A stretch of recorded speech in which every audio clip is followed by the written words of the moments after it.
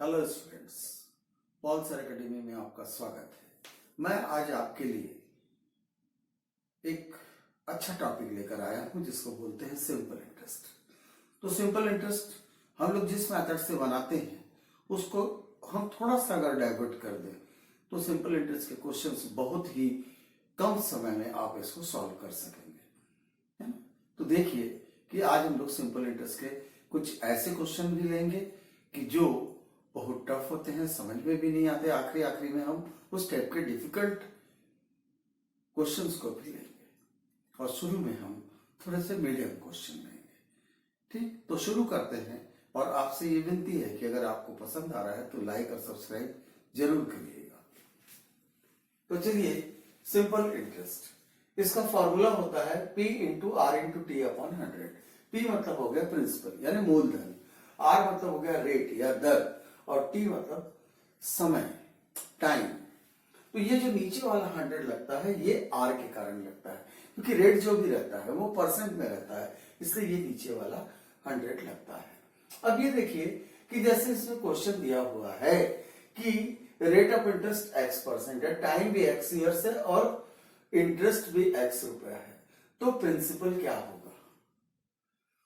तो हम इसी फॉर्मूले में आगे बढ़ेंगे। तो प्रिंसिपल को हम वैसे ही रहने देंगे और रेट जो है ये रेट हुआ और ये टाइम हुआ।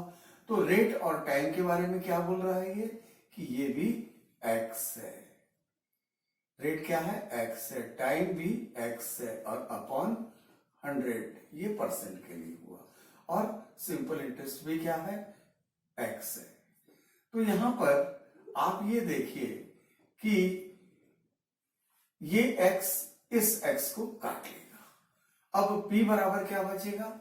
p बराबर बचेगा 100 अपॉन x। ये आपका आंसर हो गया। तो ये तो हमने फॉर्मूला बेस पे इसको निकाला, पर मैं आपसे चाहूंगा कि फॉर्मूले में यदि आप घुसते हैं तो वो फॉर्मूले से लेकर के आपका टाइम थोड़ा सा वेस्ट करता है। यदि हम फॉर्मूले को थोड़ा सा अलग करके सोचे तो ये हमारे टाइम को थोड़ा सेव करेगा। जैसे कि हमने किसी को 1000 रुपए उधार दिया और वो 3 साल के बाद आकर के मुझे 300 रुपए दे रहा है, और वो सिंपल इंटरेस्ट क्या होगा।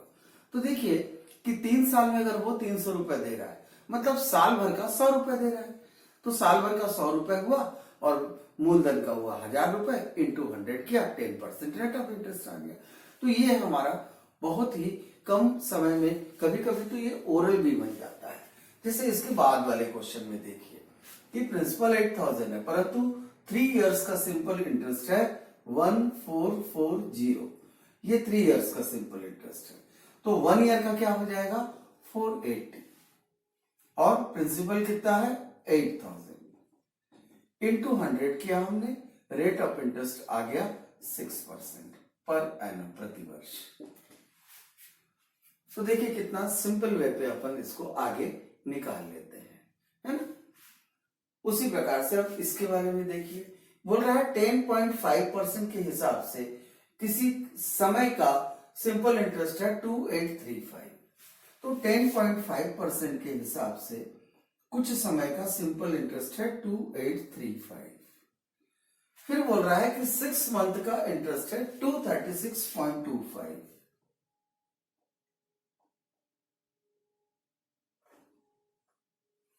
तो प्रिंसिपल या मूलधन क्या होगा। अब देखिए कि ये जो 2835 है इसको वहीं रहने दीजिए। अब उसने रेट ऑफ इंटरेस्ट बता दिया है 10.5%। अगर 10.5% पूरे साल भर का ब्याज है तो आधे साल, 6 महीना क्या हुआ? हाफ ईयर, तो आधे साल का ब्याज कितना होगा? इसका जस्ट हाफ, 5.25%। तो ये जो 236.25 है ये 5.25% के बराबर है। तो 100% के बराबर हमेशा प्रिंसिपल होता है। तो 100% के बराबर प्रिंसिपल कितना हुआ? 4500 रुपीज। तो हमको ऐसा कुछ भी नहीं करना पड़ा। ये 2835 को अगर आप छूने जाएंगे तो ये आपका टाइम वेस्ट करेगा।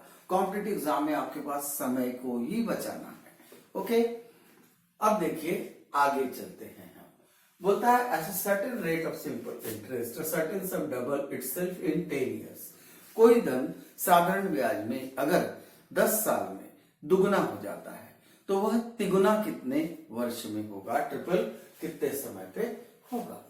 तो देखिए आप अगर 100 रुपीज इन्वेस्ट करते हैं तो ये 200 बनता है। तो ये 200 बना, कितने साल में बना, 10 इयर्स में। अब ये ध्यान दीजिए कि 100 अगर 200 बन रहा है तो इसके ऊपर हमको इंटरेस्ट कितना मिल रहा है, 100 रुपीज का। 100 रुपीज का ही इंटरेस्ट मिलकर ये 200 बन रहा है। तो 10 साल में हमको कितना ब्याज मिला, 100 रुपए। तो सिंपल इंटरेस्ट में होता ये है कि ब्याज के ऊपर ब्याज नहीं मिलता, इंटरेस्ट के ऊपर और इंटरेस्ट नहीं मिलता। एक बार जो प्रिंसिपल डिसाइड हो गया, मूलधन डिसाइड हो गया, अब उसी के ऊपर से ही जो 100 रुपए करके ही आपको मिलेगा, यानी महीने का 10 रुपए, साल का 10 रुपए सॉरी। तो अगले पहले 10 साल में अगर 100 रुपए मिला है तो अगले 10 साल में फिर 100 रुपए का ब्याज मिलेगा और ये 3 टाइम्स हो जाएगा। परंतु ये कितने साल में, पहले 10 साल में 100 रुपए, फिर 10 साल में 100 रुपए। ये हुआ कि 20 इयर्स में ये 3 गुना हो जाएगा। अगर 4 गुना बोलता तो फिर ये 30 इयर्स में होता, 5 गुना होता तो 40 इयर्स में होता। तो सिंपल इंटरेस्ट में ये बात ध्यान में रखिएगा कि ब्याज के ऊपर ब्याज नहीं जुड़ता है। हाँ, यही अगर ये कंपाउंड इंटरेस्ट होता तो 10 साल में अगर दुगना हुआ है तो 20 साल में ये 4 गुना हो जाता, क्योंकि फिर से ये प्रिंसिपल बन जाता। तो ये ध्यान में रखिएगा। अब इसके बाद हम लोग और एक बात ध्यान रखें कि हमको कभी कभी उल्टा प्रश्न करता है कि भाई 20 साल में अगर ये तिगुना हो रहा है तो दुगना कब होगा, इसको जस्ट हाफ कर दीजिएगा तो आपका आंसर सीधा मिल जाएगा। जैसे कि अगले ही क्वेश्चन में उसने पूछा है कि कोई धन अगर 15 ईयर और 6 मंथ में 3 गुना हो जाता है तो ये डबल कब होगा। मैंने अभी आपको बताया कि अगर तिगुना बता रहा है और दुगना पूछ रहा है तो इसको जस्ट हाफ कर देंगे। मतलब कि अगर ये 15 इयर्स और 6 मंथ में ये ट्रिपल हो रहा है तो इसका जस्ट हाफ करिए। तो 15 ईयर का हाफ क्या होगा, 7 ईयर 6 मंथ, 7.5 ईयर यानी 7 ईयर एंड 6 मंथ, और 6 मंथ का हाफ होगा 3 मंथ। तो 7 ईयर 6 मंथ में और 3 मंथ आप ऐड करिए, 7 इयर्स और 9 मंथ में ये दुगना होगा। ये आपका आंसर हो गया नीचे वाले क्वेश्चन का। ये तो इस बातों को थोड़ा सा ध्यान रखिएगा कि बहुत आसान होते हैं, इसके लिए हम लोग लंबा चौड़ा फॉर्मूले ये सब लगा करके आगे चलते हैं। तो कभी कभी आप मैक्सिमम क्वेश्चंस को ये कोशिश करिएगा कि आपके ये दिमाग से ही बन जाए, प्रेजेंस ऑफ माइंड लेकर के ही इसको हम सॉल्व कर ले। ठीक, अब ये देखिए अगले क्वेश्चन पे हम आ रहे हैं। बोल रहा है कि 800 रुपीज 920 रुपीज बन रहा है, कितने साल में, 3 साल में। चलिए इसको लिख लेते हैं कि 800 रुपीज जो है वो 3 इयर्स में 920 रुपीज हो रहा है।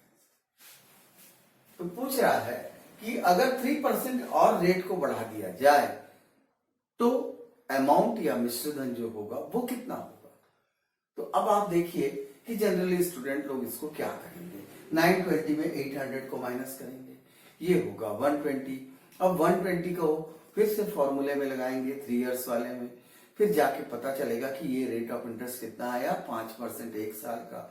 अब उस 5% को 3% में और ऐड करेंगे, फिर 8% के हिसाब से लगाया जाएगा 800 रुपए पे।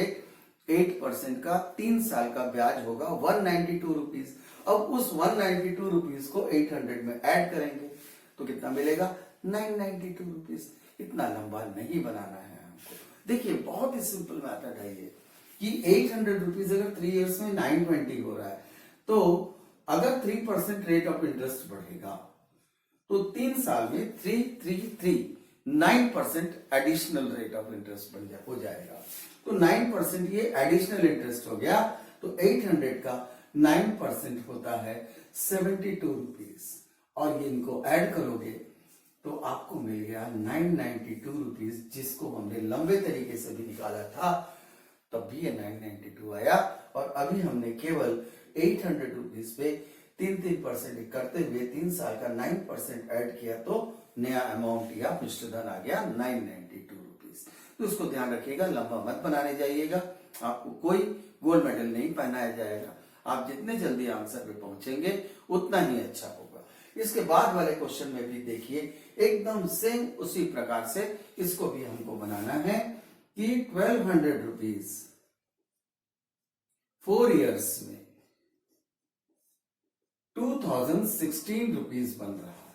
ये देखिए, फिर बोलता है कि रेट ऑफ इंटरेस्ट यदि 1% अधिक होता तो अमाउंट या मिश्र धन क्या होता। तो देखिए 1200 रुपए पर आप अगर 1% के हिसाब से 4 साल का देखें तो 4% रेट ऑफ इंटरेस्ट एक्स्ट्रा लगेगा, दैट इज 48 रुपीज। तो ये आपका मिश्र धन या अमाउंट हो जाएगा 2064।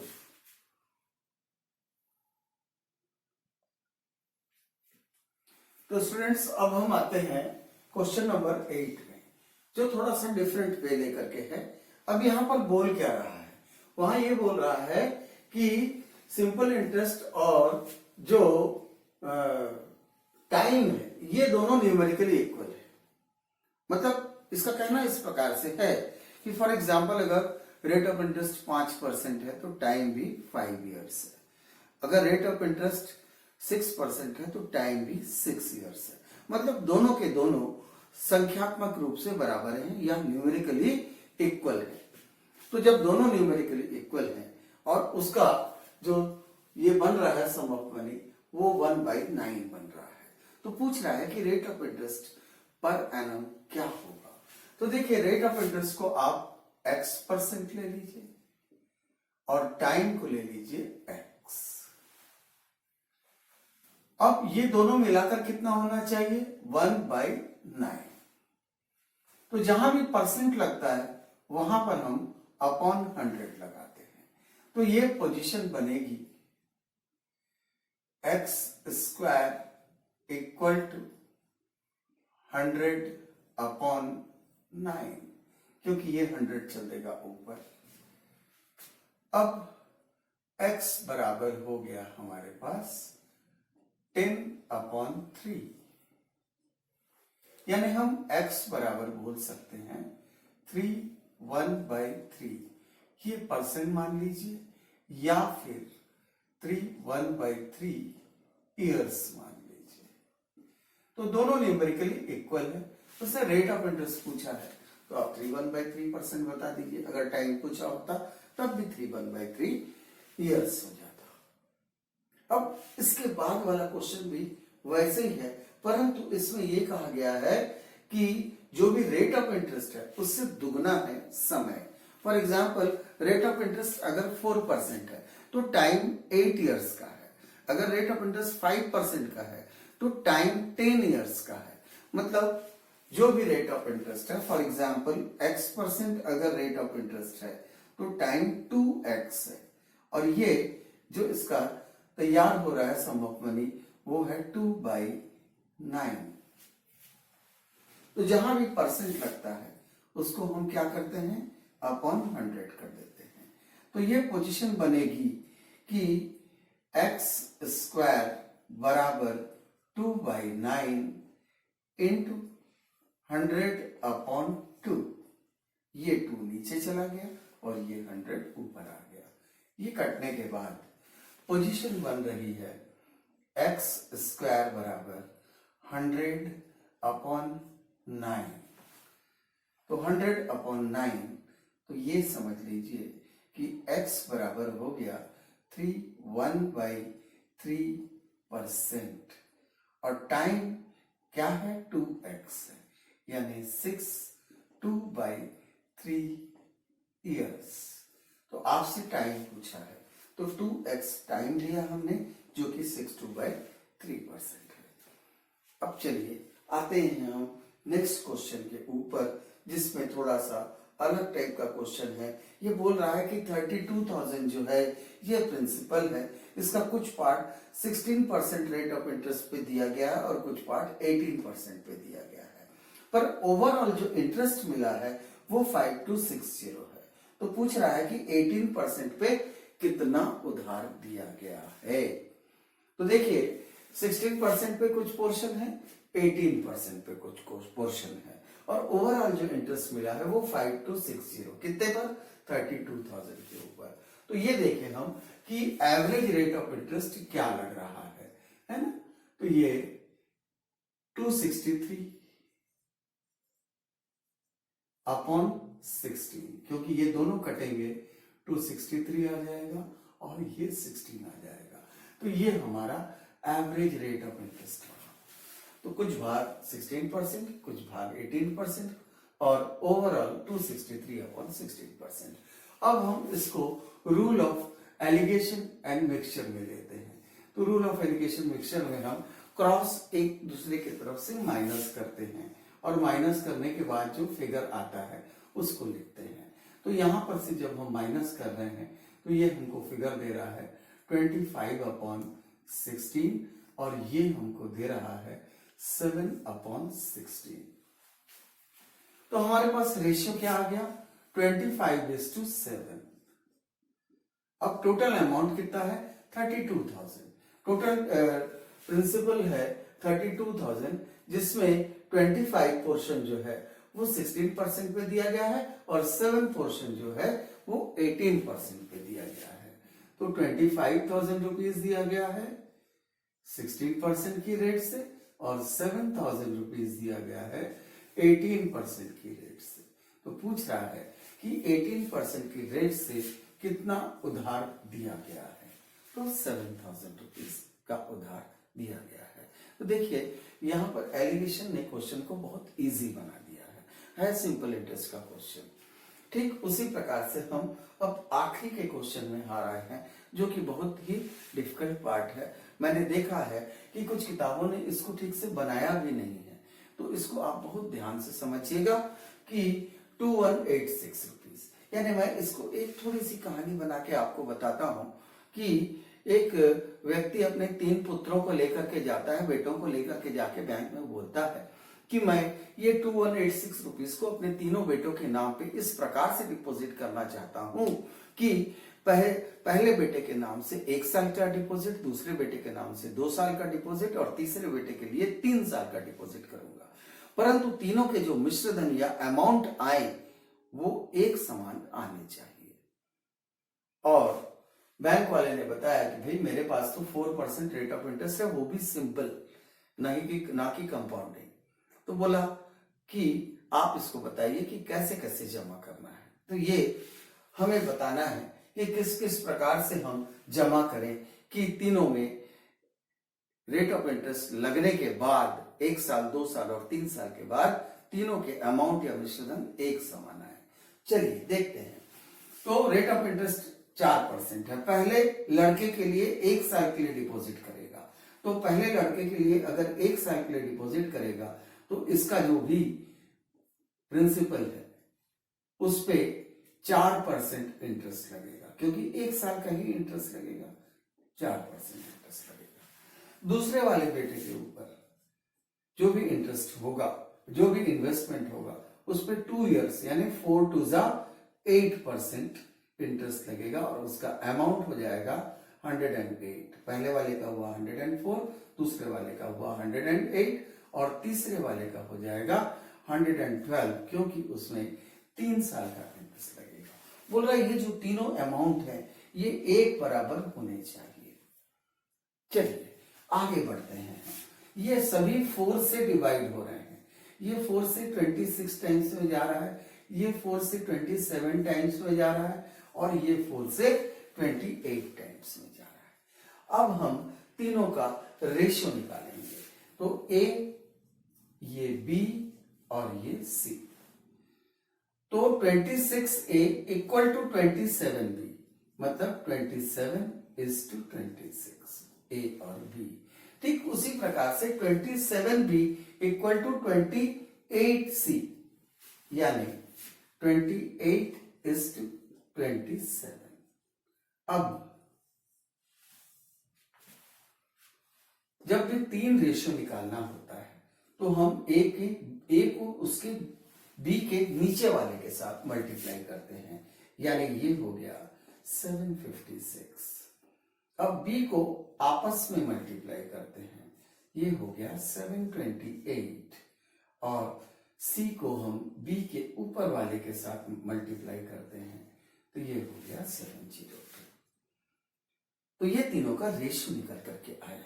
अब इन तीनों को अगर आप ऐड करते हैं, देखिए अगर इन तीनों को यदि आप ऐड करते हैं तो बराबर आपको 2186 मिलेगा। देखिए 2186 है, 2186 आ गया। अब इसको आप यदि काउंटर चेक करना चाहते हैं तो भी जरूर करिएगा कि 756 रुपीज पे आप 4% इंटरेस्ट लगाइएगा, या फिर 728 पे 8%, या 702 पे 12% इंटरेस्ट लगाइए। तीनों का जो आपको अमाउंट या मिश्र धन मिलेगा वो 786.24 का मिलेगा, और तीनों के तीनों बराबर अमाउंट प्रोवाइड करेंगे।